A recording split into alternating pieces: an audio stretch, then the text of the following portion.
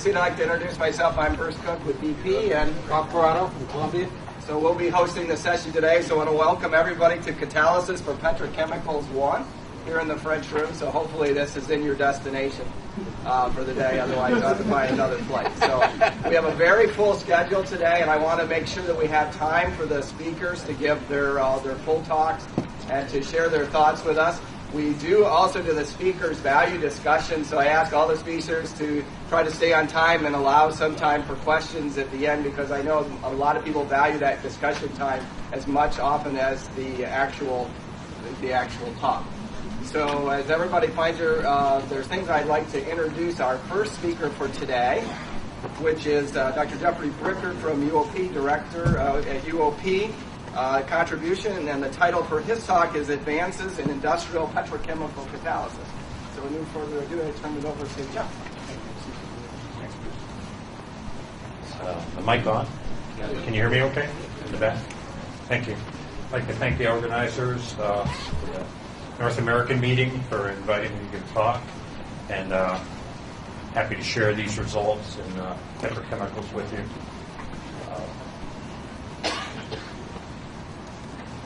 First, I'll just start with a first take slide, and that is petrochemical demand. We're really seeing it soar into the future. It's just taking off, and that's really being driven by a growth of middle class in the BRIC countries, emerging regions. There's something on the order of 800 million people around the world that are moving into the middle class.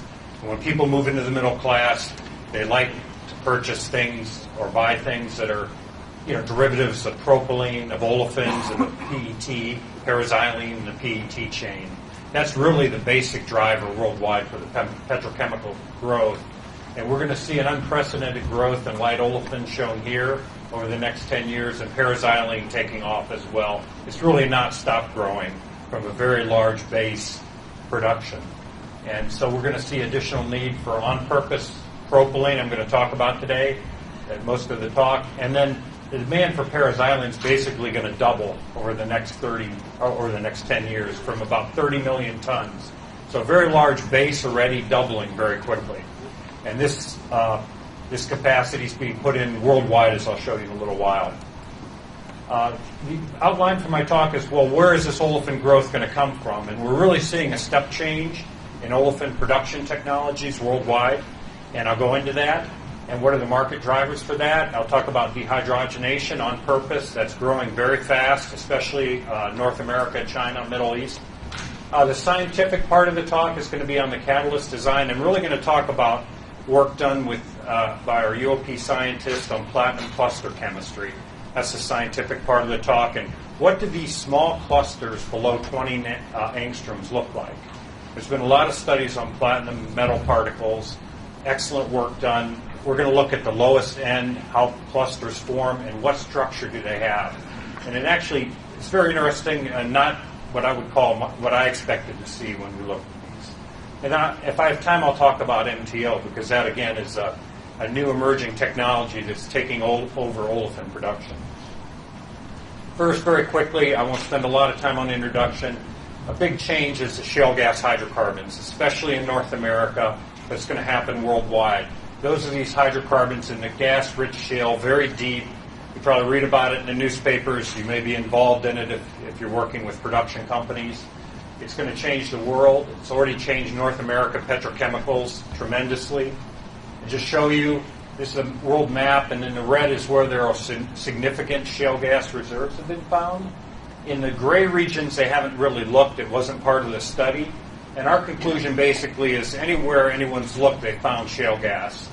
And it's going to be produced, heavily not only in North America, but in the future in China and other regions. In North America, you can look out and there are various projections. And the interesting part about shale gas isn't necessarily the natural gas, although that's good for energy prices. It's the wet gas liquids. And there's going to be a lot of supply of wet gas liquids, meaning ethane and higher, ethane, propane, butanes, and so on. And that's already, as many of you know, has shifted to steam crackers all over to ethane in North America.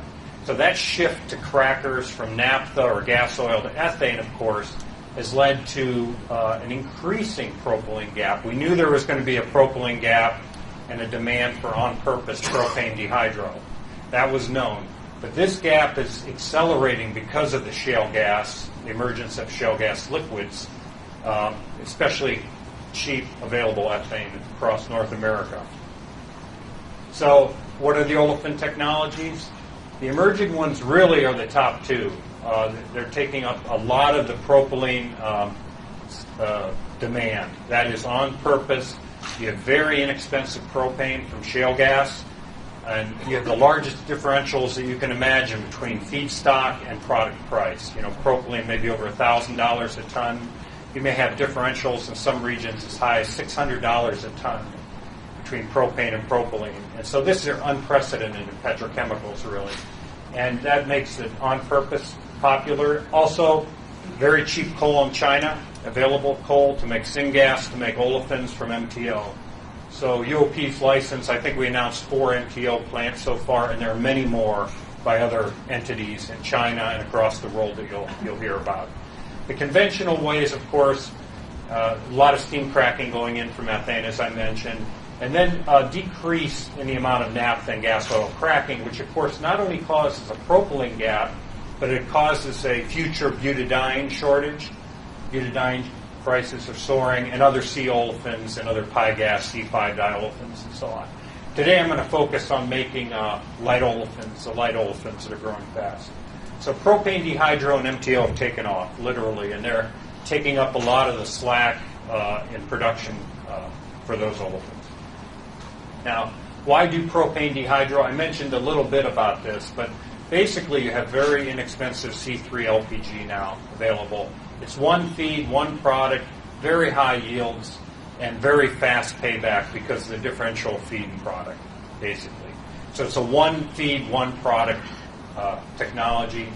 And just looking at UOP,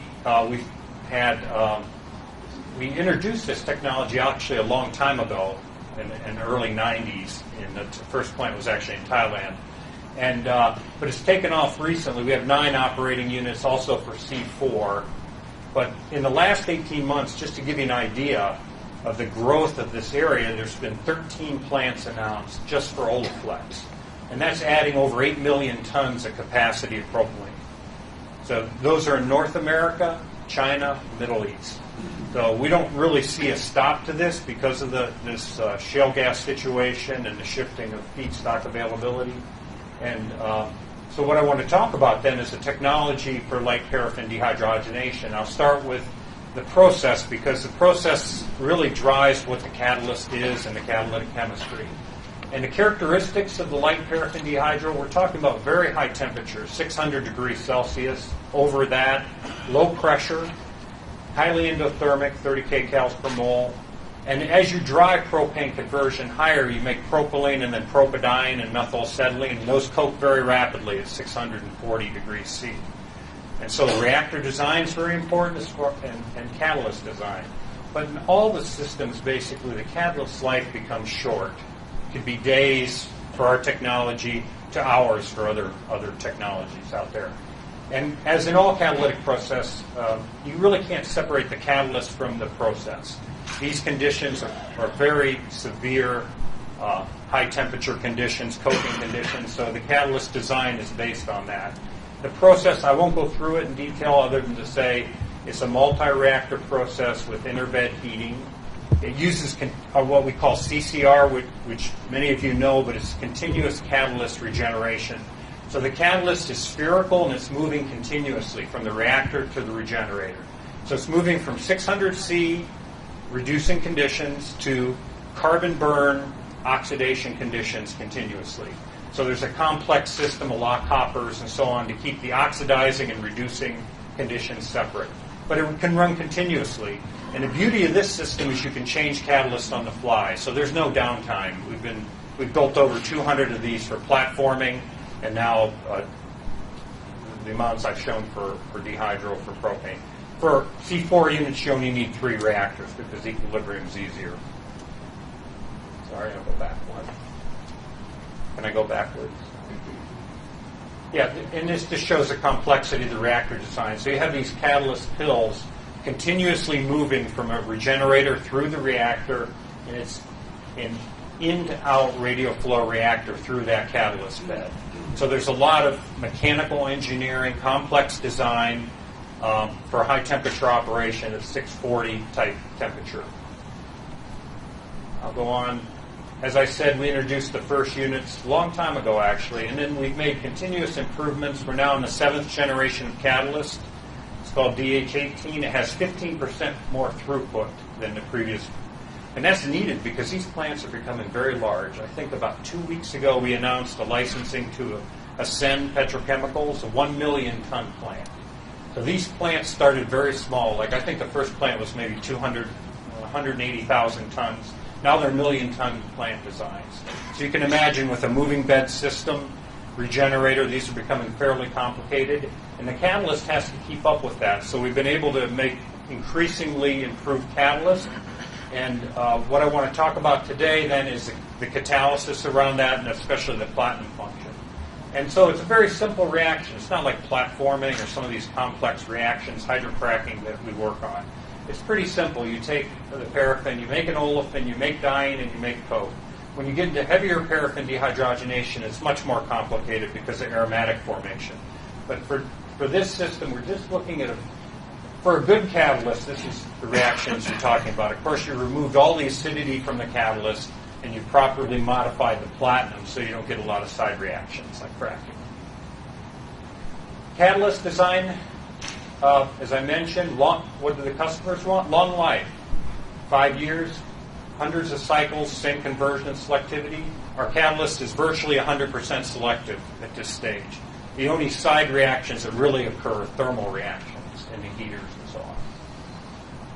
Resistance to feedstock and regenerator upsets, which you might seem, oh, that seems like just a practical thing, but that can happen all the time if you talk about. There's always earthquakes or power outages in some of these regions we build these plants, and so the plants have to be robust. And lowest metal investment. So for the more science-oriented part of this talk, I'm going to talk mostly about the platinum cluster function, because I think there's some things that I didn't expect to see. I don't think we fully understand those. I mean, in the past, I talked last fall about metal and its support modifiers, and I'll just touch on those in this talk. So what are our methodologies we use? We used a commercial level platinum, 0.35 weight % platinum on a gamma alumina from a chloride containing precursor. And that is treated at 525 to oxidize it, and then we do reduction and study the platinum cluster growth. We used XAS. We used our new aberration corrected stem, which is a wonderful, I know many of you are getting this tool. It's expensive, but it's indispensable, as I'll show. And we use those in combination with other techniques. The team that worked on this is a combination of people from the national labs, which we work very effectively with at Oak Ridge and the Beam Lines, and also UOP team of many people you know, Steve, Simon, Shelley, Sergio, and Morton from UOP. So I'm going to be talking about the studies they've done. And you know, maybe this is obvious for this audience, so I'll go quickly, but you know, XAS measures the average coordination number, and you can get chemical information, of course, and nearest neighbors and what the structure looks like. But with our new stem, we can see the association of platinum atoms with modifier atoms. We can see every atom in real catalysts. So I won't be talking about model catalysts or flat alumina surfaces. These are real catalysts, commercially prepared catalysts, laboratory prepared catalysts. So the combination we think is useful. AC stem, this is for a hydrothermally treated platinum on gamma alumina at 0.35 weight %. I just want to give you an idea of what we can see. So here we're intentionally agglomerating the platinum. I just wanted to give you a quick view. We can see individual atoms quite easily now with this microscope. We can see clusters. I'll show you later we can count the exact number of atoms in every cluster that we can see. We can do that in several ways, but when there's overlap of atoms, you can intentionally damage the cluster and spread the atoms out and count them. That becomes important later. I'll show you about that. So we're using this to monitor what's occurring in our process units and in catalyst design. So I'll start with what happens when we start as an as-received catalyst. And what I mean by as-received is from a platinum chloride precursor calcined at 525C.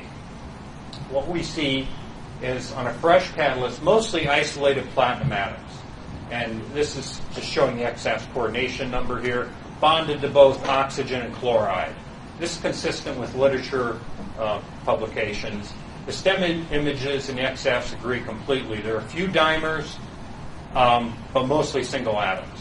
And that's something we know. We've known for a long time. Well, we weren't able to observe it for a long time. By chemi-absorption, we believe for a long time we have very well dispersed catalysts in the oxychlorided fresh state.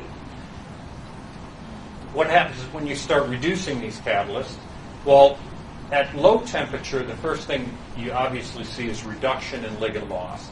So you start reducing the oxide, you start removing chloride, and the white line area decreases significantly very quickly, and you get reduced platinum species.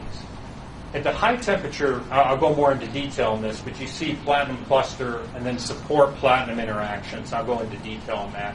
There's been nice work by Koenigsberger and others in this field. So the strong acidic white line is decreasing by 250 degrees C. We have a highly reduced catalyst. And there's subtle changes in the Zanes at high temperature. And I'll go into more detail. For the low temperature regime, what we see is the initial reduction. We can see the platinum oxide and chloride bonding changing. And we can start to see platinum-platinum cluster formation by 250 degrees C. But these are very small clusters with just a few atoms in it. And I'll show you the STEM picture next. So you can see incipient clusters. You can still see isolated platinum at 250 C. You can see over here the average coordination number for the platinum by X-axis. And the clusters are really small. They're 4 to 6 atoms. So I don't even know if I'd call them a cluster like an organometallic chemist would make a carbonyl cluster. But they're small atoms associated with one another. And the X-axis and the STEM images agree almost completely at low temperature. When we go to higher temperature, it gets much more complicated. And I don't think it's necessarily expected, at least I, as a catalyst scientist, I didn't necessarily expect to see what we saw. And that is, we see increased platinum oxide signal. I'll show more interpretation of the data later. And what I'm showing here is the symbol data on our line model for our X-axis model. And the platinum-platinum decreases above 400. So the platinum-platinum interactions actually decrease as you go from 400 to 700 C. Now you may say 700 C, that seems like not a practical temperature, but remember, for dehydrogenation, we're talking about temperatures approaching that. So 700 C is sort of an upper bound of what you might see after prolonged high temperature reduction with these kind of catalysts. And the data model we did to 5 angstroms included platinum through 4 shells, and I'll talk more about that. We don't really see by X-axis platinum agglomeration during the high temperature reduction. I would say our experience is reduced platinum doesn't agglomerate significantly. You're still talking about clusters below 1 nanometer, below 10 angstroms for the most part. You'll see later we generate clusters up to 30 angstroms. And we do that intentionally by steaming to watch how the shape and geometry changes. So if I look more at the high temperature region, the points I'd like to make is the platinum first neighbor coordination, it decreases as you go above 400 degrees C. There's no platinum 2 level. It's completely absent, as shown in the red. And the platinum oxidic bonding is actually increasing from 400 degrees C on. So these very important X-axis findings. So we're seeing cluster interaction with the support increasing, and actually from this data, the cluster size may be decreasing, certainly not growing a lot by X-axis. And if we look at just the basics of how you build a structure, and you look at spherical clusters and their average coordination versus the cluster diameter, you can generate these curves, which I think many of you are familiar with. And of course, for hexagonal or flat raft type structures, like a 1-1-1 surface plane, the average coordination number is much less for a given cluster diameter. So you're talking about rafts in the simplest case versus a more spherical structure.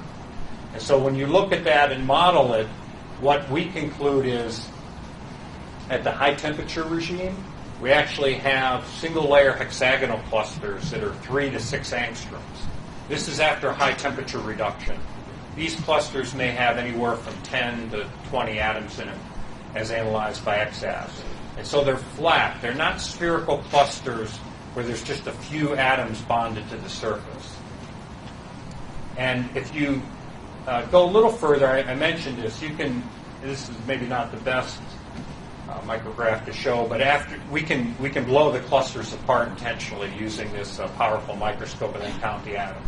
And we do that as a way to know how many atoms are in the clusters, so we can count the exact number. Like there's 26 atoms in this cluster, there's 28 atoms in that one. It's a powerful tool. So again, if you look at the STEM imaging after the 700-degree reduction, you get a little bit different answer. You see clusters of 9 angstroms on the order of that. And occasional, you can see isolated atoms as well. So it's not consistent with the XAS data. The XAS data would say 3 to 6 angstrom type cluster size. Our hypothesis is now that there's just a large amount of platinum oxide support interaction, which is inducing disorder and making the XAS interpretation difficult.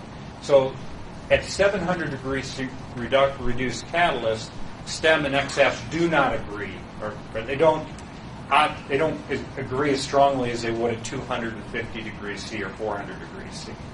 And this is somewhat difficult to interpret. You can see the STEM image here. The interesting thing I wanted to go to is now, of course, we can count the atoms in a large number of clusters now on real catalyst, all the way down sub 10 angstrom, and we can steam catalyst, make the particles bigger. And one thing that's fairly clear to us is we're not seeing and of course if they were spherical, the number of atoms would follow this curve. They're tri or bilayer, these curves. It's really a very flat structure of platinum that's highly reduced interacting with the support. And we presented this at last summer. It agrees with the XAS. And so if I just take a step back, here's what our view would be. The platinum is completely reduced in this study when we go to high temperature, and also under real process reacting conditions. You can do, of course, the propane dehydro or the high temperature reducing conditions in the XAS cell. It's completely reduced platinum. Both XAS and STEM are really showing that they're flat rasp type structures. A significant amount, like 2.5 angstrom oxygen to platinum distance interaction. And when you see this, normally people would, I would say often, when you have this platinum atom oxide support interaction, many people would say, well, then you have some partially positive charged platinum. Is that platinum really reduced? You have a platinum metal atoms bonded to an aluminum oxide surface as individual atoms. It's a dilemma, actually, for me. I don't quite understand it. So if you look at a more spherical type, we've done a lot of modeling with J.J. Rare and Simon Bear have done, where we model clusters on a surface where there's just a few atoms interacting with the aluminum oxide atoms. And these interchange and they're fluxional in a picosecond time scale. But when we look at this is a STEM image of 26 platinum atoms. They're very raft-like. They're not spherical. They're sitting flat on an alumina surface with a lot of support interaction. And so this, I don't know if this bothers anyone in the audience, but it bothers me a lot as a catalyst chemist because I really expected more to see this type of structure, I guess, or that was always a structure we had in our head as you're designing catalysts, but now you find out, well, maybe that's not quite the case, or maybe it's some blend of these two structures. So platinum function conclusions, I've covered most of them. At low temperature, it's fairly straightforward. I don't think there's much disagreement internally or even among literature data. You lose the ligands, platinum gets reduced, you have some single atoms, but you also start to get incipient clusters of 4 to 6 atoms. What happens when you go to high temperature is a totally different story. You don't really get growth of spherical or large clusters like you might see if you were studying 50 or 100 angstrom clusters that people studied. And these smaller clusters, you really don't see that. They're more raft-type structures, similar to 111 platinum planes. Yet they're reduced. They behave like reduced catalysts. They can be alloyed with, or form intermetallics with other metals. You can measure that. And so the inconsistent data we see is just the particle size predicted by excess nearest neighbors and the stem. That's something we haven't completely figured out yet. And so that's the story on platinum clusters. We think it's very interesting. It's not necessarily what you'd expect. Modifiers, I'm not going to speak in detail. We've talked about that in the past, other than to say, of course, no one's using monometallic platinum catalysts anywhere that I know of. Or it's very limited use, we say that, platforming or dehydrogenation. So people use modifiers. We've been using modifiers for many decades. There's no question you form bimetallic, intermetallic structures. So the platinum is bonded to those metals. And what does that do? I'm showing a picture, I think this is from the first Sauté reference, where there's an intermetallic form. One thing that's pretty clear is that the olefin interaction on a modified platinum, say tin or germanium type structure, is less than it is on a platinum only structure. And you get less consecutive dehydrogenation to coke when you have that modifier. Those are all consistent findings. You have weaker platinum diolefin bonds for platinum tin structures in our experience. And then the coke formation is unquestionably less when you have a platinum modified system. There are many excellent papers on this. I'm not going to go into any of our data in this system other than to say these conclusions up here. Whether it's site blocking or electronic interaction or a combination, there's some debate among people who know a lot more about it than I do. But what I would say is there's no question that you have weaker diolefin bonding, less coke formation. And so why do we care about any of this? Well, it's very important because when I was talking about those clusters as their static condition, right? You have an 8 angstrom cluster, you have a 6 angstrom cluster, you have individual platinum atoms. But in the real system, remember, we're moving the catalyst, regenerating it continuously, moving between reduced and oxidized states. And so by catalyst design, you need a redispersible metal function that keeps its activity, selectivity with the modifier, is non-volatile and stable. You need to meet all those requirements. And by doing that, as we move through generations, we can reduce the platinum inventory in these large reactors significantly and improve activity, actually. So it's important to control that chemistry. What's next in PDH? There's new generation technology that will be coming out from UOP. There are step change improvements. We can improve conversion, increase yield per pass, reduce utilities considerably, reduce capital, and we fast track the development. C4 processing improvements, they're driven more toward LPG crackers. And we've also updated the C4 Oleflex. So there's big changes coming in PDH that'll be announced and commercialized shortly. How am I for time? 7 minutes. Oh, I'll quickly go through MTO. MTO, gas to olefins technology, that's the other technology that's taking off worldwide. It's been around a long time. I always say we were ready for MTO in like 1988. I think we had 1,000 regenerations of SAPO 34 in 1988. But the market wasn't ready. These are big investments, large plants. We've worked with both INEOS and Total to develop what we call an advanced. And what that is MTO combined with an olefin cracking process. As you know, SAPO 34 allows linear molecules to diffuse out of the pore mouth to make ethylene, propylene, and higher olefins. You don't want those higher olefins, or most customers don't want the higher olefins, so you crack those back, like 1-butene, 2-butene, pentenes back to ethylene and propylene. If you do that, then you can get very high yields, light olefin carbon yields of 90% from MTO. And that's attractive to customers. It's a low methanol consumption per ton of olefin produced. If you look at economics, I won't take you through all this, but natural gas-based MTO in the Middle East and coal-based MTO in China make a lot of sense. And that's why you've seen so many announcements. Dalian started up their MTO plant a few years ago. We've announced, I think, 4 licensees for MTO.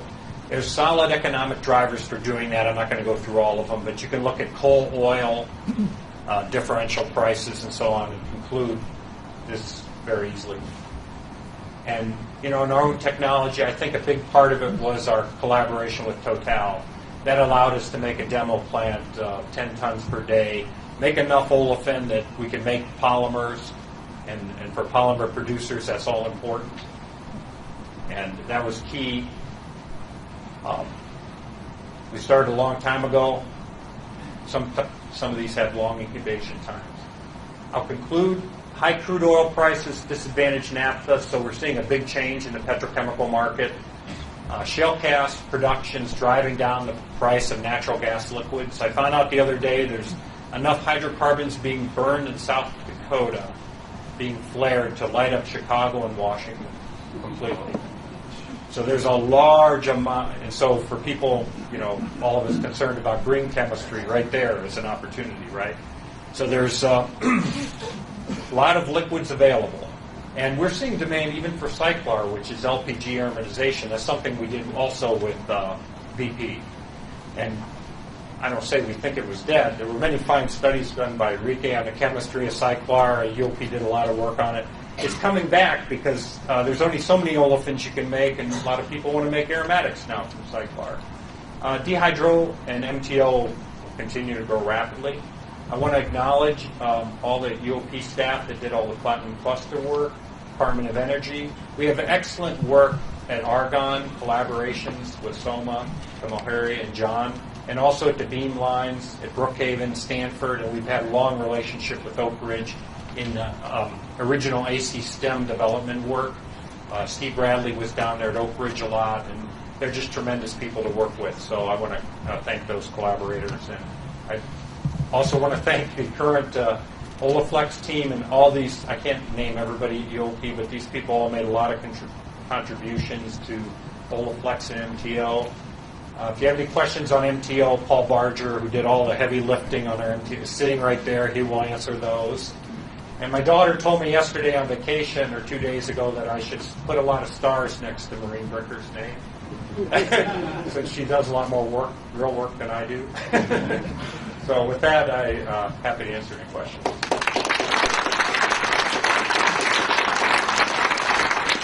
paper is open for discussion, so are there any questions in a few minutes? So try to talk loud. You showed platinum oxygen bonding distance of about 2.5 months. And lots of people in the field have said that's longer than a bonding distance, that the bonding distance is about 2.1, which ties to your question about oxidation state of platinum. Yeah, that's a very good point. The way I rationalize this data is it's fully reduced clusters that are associated, have enough connection to the surface, but aren't truly platinum oxygen bonds. Yeah, I think that's a good point. You reduce the loading of platinum because of reducing all the cluster size. What is the limit? Oh, by reducing platinum, can we make smaller clusters? Is your question? No.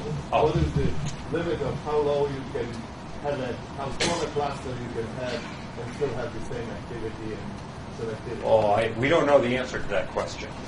I mean, I can't say the answer to that question either. But I would say this. I don't think that you need clusters for propane dehydrogenation. It's not a structure-sensitive reaction. Or another way to say it is I think very small clusters will do this reaction. That's a simple answer. Whether I could prove that to you right now or with more data, I think we might be able to. But yeah, so I think you could go down to almost single atoms, double dimers. People that hear it, The question was how small. I think the question where he was going was how small can a cluster be and still do the chemistry. So if you reduce platinum loading a lot, for example, can you get down to single atom platinum and do this chemistry? And the answer is I think yes. You'll want to have the modifier atoms in there, so it'll never be a single atom, but you can make, I think, pretty small clusters. Whether you can maintain them across the cycles, Jeff. Hello, Jeff. Very nice talk. How low is the acidity after you clean up the gamma alumina? I thought the gamma alumina, you really cannot get rid of acidity. Yeah, the aluminas we use in this technology or have been developed over many years, there's no acidity on our catalyst. At 600 degrees C, 650 degrees C, you won't be able to measure acidity in any probe reaction. And that's a study of many, many years by some of the people in the audience, some of my coworkers at UOP. Measured by whatever. You can measure it by probe reactions like cracking. You can measure it by probe reactions like acidity, probe molecules. There's no acidity. I can tell you this because there may be cases where you want to drive that modification to the very minimum. Yeah. And then if you go over the edge a little bit, you'll get tremendous coking. Very quickly, you'll know it. At 650 degrees C with propadiene and propylene. So I always argue there's no acidity. We've figured out how to eliminate all of that. Could you please comment about the oxidative dehydro technologies that use a distinct point of scope for which it could be acidic? Well, oxidative dehydro, yeah, we have a lot of patents on that. I worked a lot on that a long time ago when I was young, and that can be done. We presented a little bit on it like a year ago. So you can use, if you look at our patents, you can use these kind of catalysts, and you can do what we would call oxidative reheat. The reactor design that you choose is very important, but the same catalyst that does dehydrogenation can burn hydrogen selectively. So how you choose to do that in a process, whether it be a fluid bed, a radial flow bed with two radial layers flowing, an interheating bed, you could have a fixed bed of reheat catalyst, is a matter of process selection, but you can do oxidative reheat. We demonstrated a long time ago you could do oxidative reheat chemistry with this to advance the technology. Does that answer your question? Yeah. That's good. Yeah. I had a question about platinum volatilization. In the catalytic converter industry, they have an issue of PTO2 being formed and volatilized off of the alumina, and you have a CCR. Do you have any issue when you use bimetallics to help prevent that? Yeah, the question was, do we see any volatilization of platinum, and do bimetallics play a role in preventing that? Well, we do not see volatilization of platinum under normal conditions. You could have an upset condition with very high chlorine levels or something that should never happen in a unit. It might cause that to happen. But under normal operation, there's no platinum volatilization at all. It's independent of the modifier, even without the modifier, because our regenerators are designed in a way that the temperature, the pill temperature, just doesn't get as hot as a converter. I think we have time for one more question. We'll go right there. Okay. Yeah. So I saw in your talk you were trying to compare the results at 700 degree reduction for XF and STEM. So wouldn't you expect they won't match anyways because of disruption and the average information from XF when compared to the local information from STEM? Yeah, I mean, we didn't expect it to match perfectly, I think. But we were concerned a little bit about seeing 9 angstrom clusters and XAS predicting 4 angstrom clusters. That seemed like a big difference to us if you just count the atoms. And we can count the atoms in the stems, so we know how many atoms are in that picture. And so that did concern us a little bit, so we're worried about disorder due to the platinum-oxygen interaction. Something we're doing more work on to understand. But yes, I don't think we expected it to be a perfect answer, but it was a little bit too much for our flavor or for our taste. So we're continuing to look at it more. I think I need to move on. I know there's been great level of discussion, so I encourage you to visit with them afterwards. And so let's meet. Thank you.